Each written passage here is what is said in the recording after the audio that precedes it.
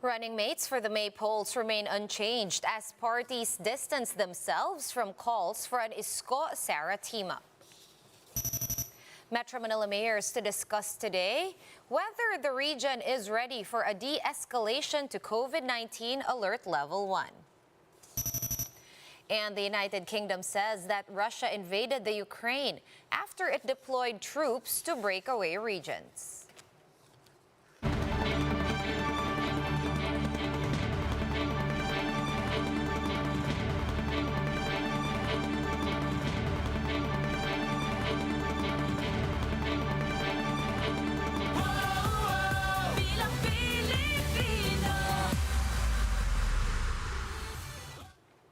Fast, focused, and fearless. Here's a roundup of stories we're watching now. I'm Sean Yao. Vice President Leni Robredo is still in Mindanao to woo voters for her presidential bid.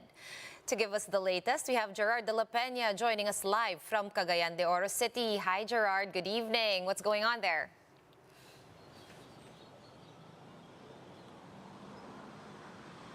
Good evening, Sean. Vice President Leni Robredo is touring northern Mindanao in her hopes to garner support for her presidential bid.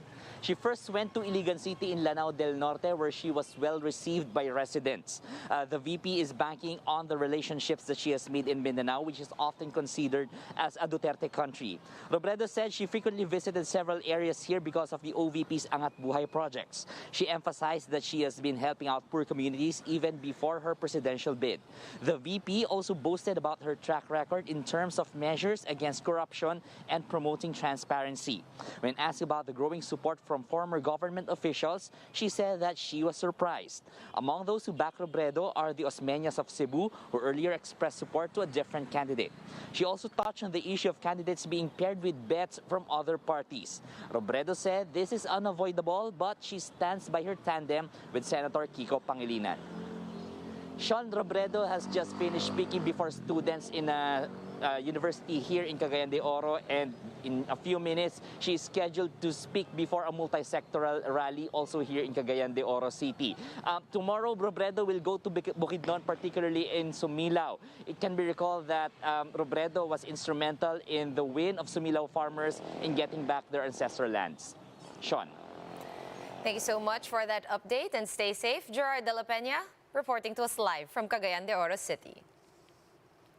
And over in Batangas, UNITEAM candidates made the rounds to win votes for the May elections. Marlene Alcaide with that story. Campaign posters promoting an Isko-Sara tandem are seen in some parts of Mindanao. When asked about this, Vice Presidential bet Sara Duterte had this to say. We already released a statement on that matter. Sara's party Lakas CMD has clarified that their presidential bet is still Bongbong Marcos. UNITEAM senatorial candidate Harry Roque said they are rock solid to the BBM-Sara tandem. Hindi po natin kontrolado yan kung sino man ang papalagay ng mga typoli na yan. Pero gaya po sinabi ni Bongbong Marcos at ni Inday Sara at lahat kami sa UNITEAM, nagkakaisa po kami. Bongbong Sara kami for President and Vice President. Another senatorial bet, Salvador Panelo, meanwhile said the emergence of an Isko-Sara tandem did not surprise him. Katunayan, maraming sa ating lahat ang gusto siyang tumakbong presidente. Yun ay isang estratehiya politika upang makakuha ng boto.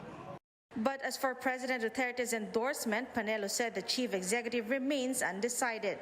Kami lahat ng mga Duterte followers ay naghihintay sa leader kung sino ang kanyang susuportahan dahil kami naniniwala sa kanyang kagalingan, yun ang susuportahan namin. On Tuesday, Sara Duterte visited Batangas City for the opening of a headquarters. She also meets some of her supporters with Governor Hermilando Mandanas and Vice Governor Mark Laviste. The presidential daughter vowed to continue her father's projects, including the Build, Build, Build program. We pledge, unang-una, ibalik yung mga trabaho na nawala dahil sa pandemya at bigyan ng support ang mga trabaho with the quality of education and of course, mapayapang pamumuhay para sa lahat. Sara is also expected to visit the cities of Calapan and Bacolod to woo voters ahead of the May elections. For News 5, Marlene Alcaide, we are One News. And presidential bet Isko Moreno says his running mate, Dr. Willie Ong, sat out the Mindanao leg of their campaign to keep him from being embarrassed. This remark came after clips of the Manila mayor using a vehicle with an Isko-Sara Duterte tarpaulin made rounds on social media. Moreno said he can't help it if the hosts of the welcoming event have a different bet for vice president. The Manila mayor's campaign in Mindanao is being sponsored by the Mangudadatu clan, which is endorsing an Isko-Sara tandem. Kasi may iba naman silang preferred candidate, which is sila naman ang nag-host, sila naman ang gumastos. Para bang nilagay ko si Sam sa isang area, tapos ipapakulang pala sa krus o mapapaya lang, kawawa naman. Meanwhile, Moreno maintained that Dr. Willie Ong is his running mate. He also floated the idea of adopting a system wherein the winning presidential candidate automatically gets his running mate as vice president. Ako po, Isko Doc Willie. Period. Yung mga organisasyon na kanya-kanya, o baka meron naman Doc Willie ganito o Isko ganito, as a candidate, hindi naman natin mapipigilan. We'll be back with more stories after this quick break. Stay with us here on One News.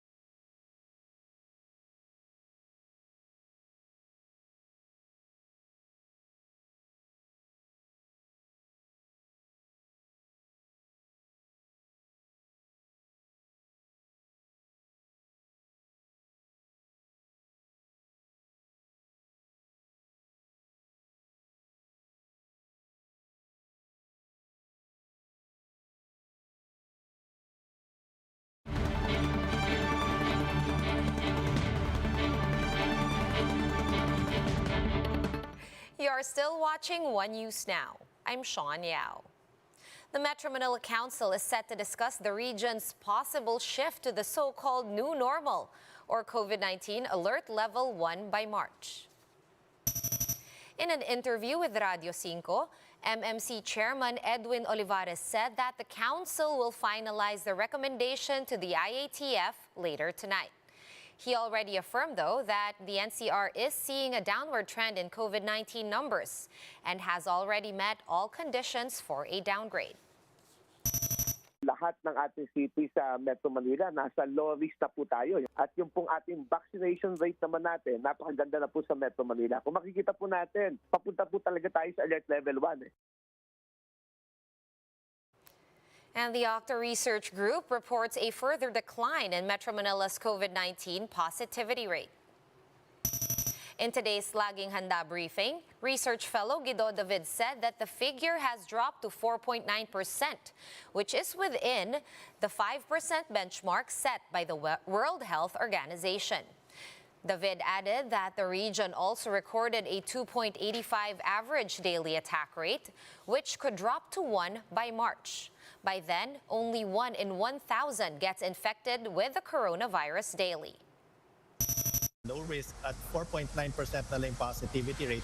This is less than 5% na ang recommended nga ng World Health Organization.